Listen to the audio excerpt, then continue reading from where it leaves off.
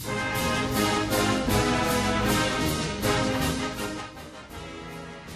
everyone, I'm Charlie Danis of Capital Athletics. This is a special Periscope presentation here on athletics.capital.edu. Joining me now is the sophomore slotback of Capital's football squad, Cory Heeter. Cory, thanks so much for joining us. Oh, thanks for having me. So Cory, I have to ask, why football? How did you get introduced to the game? When I was real young, my dad, it was just always one thing I grew up loving. Dad, just kind of put a football in my hand, and when I was young, that's just something I gravitated towards, and it's stuck ever since, and it's always been a love of mine. Did you have a did you have a player that you looked up to when you were a kid? When I was younger, I really looked up to a lot of players. Dad was a big Ohio State fan, so I was always watching the Buckeyes, going to Buckeye games.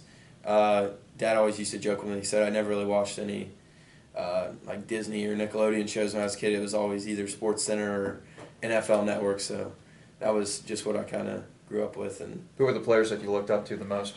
When I was young, I really liked Eddie George. Yep. When he was in the NFL, he was with the Titans, and he even had a little stint with the Cowboys. Then I really fell in love with Jerome Bettis and ended up becoming a Steelers fan. Just went into the Pro Football Hall of Fame. That has to be really cool. Yeah. That was exciting. Got to, watch his induction on TV and everything, which was really nice to watch. And it's just something that I've always liked the Steelers. So. You grew up south of Columbus in Circleville. Tell me about your hometown. It's a small town, kind of everybody knows everybody. Small school, not a big graduating class. It's a rural area, so kind of went to school in the middle of a cornfield. But I really enjoyed it, and I feel like it's a big part of the way I am today. What are some of your best memories from your prep days? Just hang out with friends, and sports. Sports was really what life revolved around in high school, other than academics. And, it was either you were with your sports or in sports with your friends, or you were hanging with your friends at their houses and stuff like that. So. What other sports did you play besides football? I just played basketball. And, point guard? Yeah. Yep. Okay. All right. Maybe you can teach me like a crossover move like after we get done with this. So why Capital? When I came here, the education system was really good, and that's what I'm majoring in. Really, a lot of the coaches and the players and people that I met really had a big impact on me, and that was really just the deciding factor was the people, and I felt like I got along with them and I fit in real well, and it's proven to be right this first year and a half. So. We are talking here with sophomore slotback Cory Heeter here on athletics.capital.edu. I know the last couple years have been a little lean, but I feel like this team is starting to turn the corner. I thought Coach Candido brought up a really good point. When I was talking with him after the loss to Wittenberg, you guys were happy with the effort in that game, pushing a team that was ranked in the top 20, but you weren't satisfied. So now you're in the win column. You beat Wilmington last week. The offense rolled up a whole bunch of yards, and we'll get into more in depth about that in just a moment. But it has to feel good to get into the win column, and the direction that the team is going in, that has to be pretty satisfying. Yeah. We feel like we worked really hard this offseason, and we did a lot of things well. I feel like we became a lot closer as a team, and we became a lot more aggressive.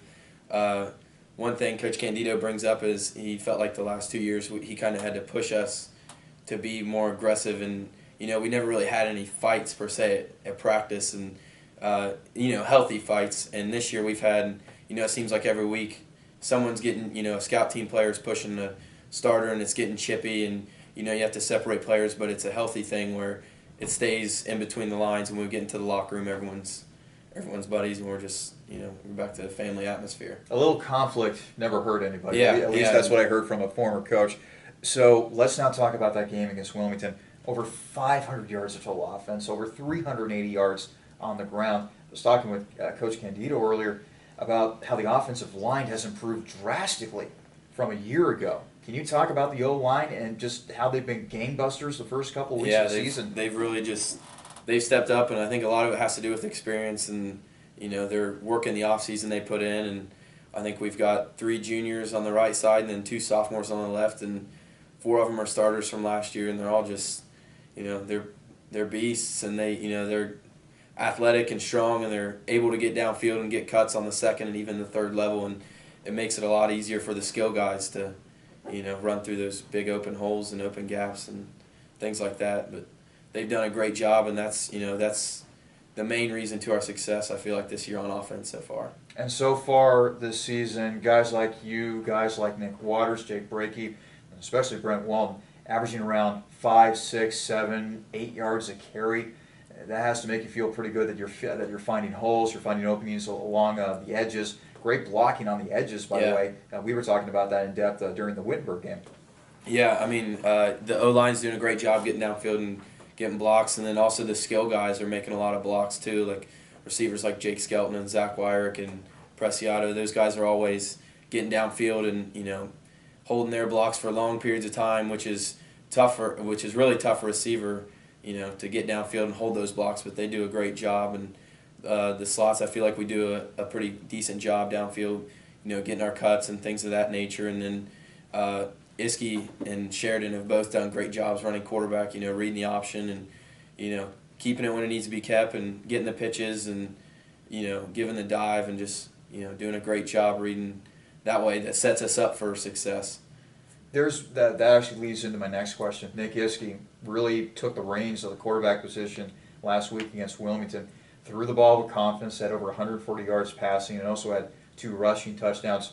Do you feel like he has taken a step forward as a passer and as a leader at that quarterback position? Yeah, he's done a really great job so far this year, and we're excited that he's a sophomore now. I think he started 8 or 9 games last year, and which is just like the O-line where he's gained experience, and it's helped him a lot. And we put in a lot of work this offseason, throwing extra passes and just working on routes and everything of that nature. So, yeah, he's done a really great job and really stepped up and has been a great leader for us.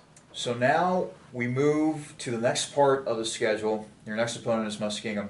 Physical team. They come into this game with an 0-2 record, but it's really misconstrued a little bit because Waynesburg is a good team. That's the team that they faced in their season opener. Mm-hmm. And then they get stomped by Mount Union, and obviously you can't get a lot of good film from that because Mount Union is just better than everybody. Let's just be honest. So what can you take away from this year's Muskingum squad? What jumps out at you when you watch the film? They're a very aggressive defense. Last year they played a defense that we hadn't seen yet, and they really, their Mike linebacker really made a lot of plays on us, and he's running all over the field. And this year I feel like we feel like we need to stop him and attack him before he gets going. And coming off the game from last year, we felt like they came out and hit us in the mouth first. So, I feel like everyone's preparing and is going to play with just kind of like an extra chip on their shoulder. And this is a really big conference rivalry game for us. I know we don't like them, and I don't think they like us either, which is kind of adds a little bit of extra fire to it. But we're talking with sophomore slotback Cory Heeter. So this will be an important game, obviously. Obviously, you guys would like to go into the month of October with an above 500 record. But it's also the first night game at Bernlohr Stadium, and you guys have got to be geeked for that historic night here in Bexley under the lights. I'm sure there's going to be electricity in the air, no pun intended. But it's still going to be pretty cool, I would imagine. Yeah, it's just a little bit of extra added excitement, with the whiteout and everything going on. And I think a lot of people have families coming in, and we've talked to a lot of the student body and a lot of those guys and girls are coming up to the game, and it should be something really exciting, great atmosphere. It'll be a great game regardless, and that just adds to the excitement. Speaking of things being new, I understand that the football team has now instituted a new tradition called the walk. Can you explain how that came about? Yeah, Coach Candido just kind of introduced it to us this year, and we start over at the fountains, and we have the student body and parents. They all line up on our way over as our walk to the stadium as we get ready to get dressed and get prepared and go out for warm-ups and everything of that nature. So it's a pretty exciting new tradition that we've created. Brings the football team together with the student body. I really like that a lot.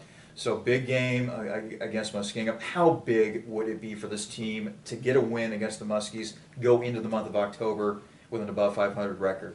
It would be huge. I feel like our momentum is definitely rolling forward after last week's win, and to be able to go into October, with an above 500 record would be exciting, and everyone would be just keep that ball rolling forward, and hopefully we can pick up more and more wins and make some noise in the OAC. Cory, let's get you out with this. What are you studying? What are you wanting to do after football? Actually, I understand you're wanting to still stay in football. Yeah.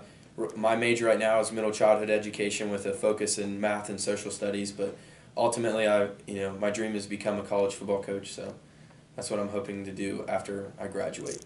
All right, pretty cool. Thanks for joining us, Cory. Good luck against Muskingum. Thank you.